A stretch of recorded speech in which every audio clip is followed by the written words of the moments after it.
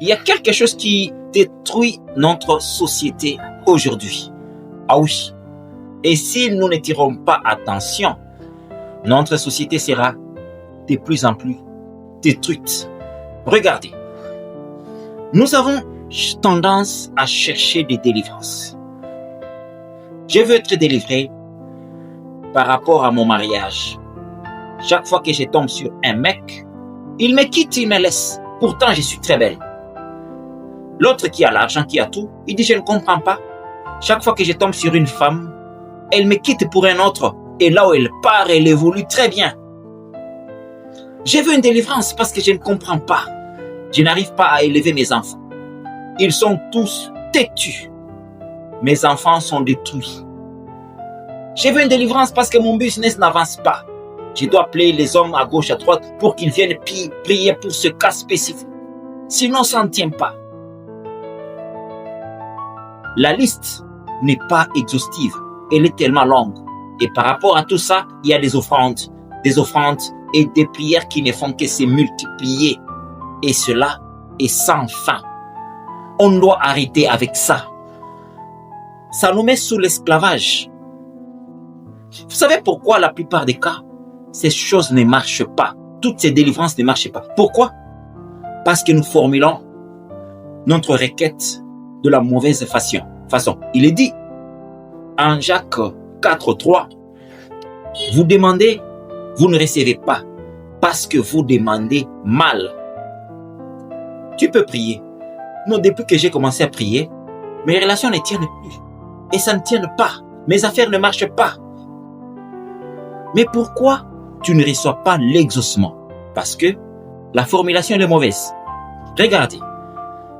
Il est dit en Psaume 34, au verset 5, ça c'est le psalmiste qui dit « J'ai crié à l'Éternel, il m'a répondu. J'ai crié à l'Éternel, il m'a répondu, il m'a délivré de toutes mes craintes. » Qu'est-ce que vous demandez souvent que Dieu fasse pour vous? Non, que Dieu me protège de mes ennemis. Ce n'était pas ça la formulation de la requête du psalmiste. Il a demandé à ce que Dieu le délivre de ses peurs, de ses craintes et de ses incertitudes. Quand vous demandez que Dieu vous délivre de vos peurs, tous les autres aspects de votre existence vont trouver facilement solution. Ce n'est pas pour rien que le psalmiste disait en Psaume 139, au verset 23, il disait « Éprouve-moi, connais-moi, sonde-moi ». Il avait besoin de cette délivrance intérieure, de ses peurs. Pourquoi? Parce que la crainte, c'est notre plus grand ennemi. Mais nous devrions prier pour que Dieu nous délivre de nos craintes. C'est pour cette raison, quand vous regardez en Psaume 112 au verset 7, il dit « Il ne craint point les mauvaises nouvelles. Son cœur est ferme.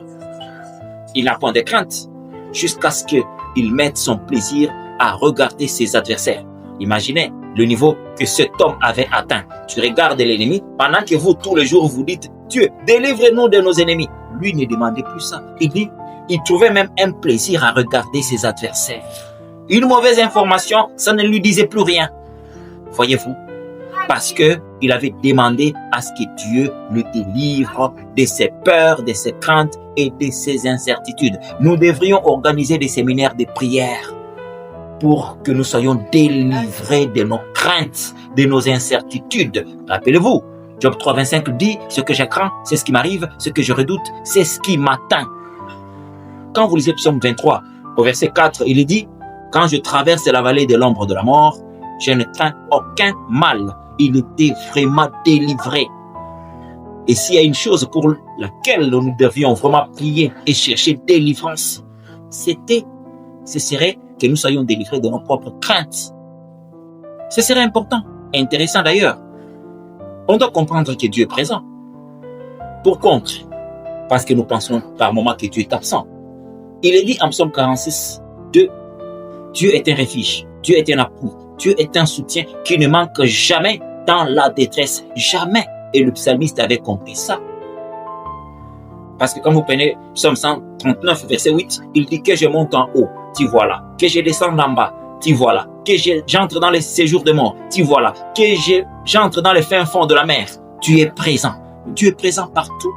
Et pourquoi vous ne pouvez pas formuler la prière demandant au Créateur de vous délivrer de la peur afin que tous les autres aspects de votre vie soient décantés, même l'éducation de vos enfants? Écoutez, Dieu est toujours en avance. Avant même que vous ne puissiez formuler quoi que ce soit. Non, c'est parce que je n'ai pas eu le temps de prier. Écoutez, on vous dit en Psaume 139:4, avant que la parole ne soit sur ma langue, il la connaît entièrement. Avant que toi tu n'ouvres ta bouche pour dire quoi que ce soit, Dieu connaît toutes tes paroles. C'est ce qui est d'ailleurs dit en Ésaïe 65 au verset 24. Avant qu'il m'invoque, je répondrai. Avant qu'il n'ait cessé de parler, j'exaucerai. Il est toujours en avance.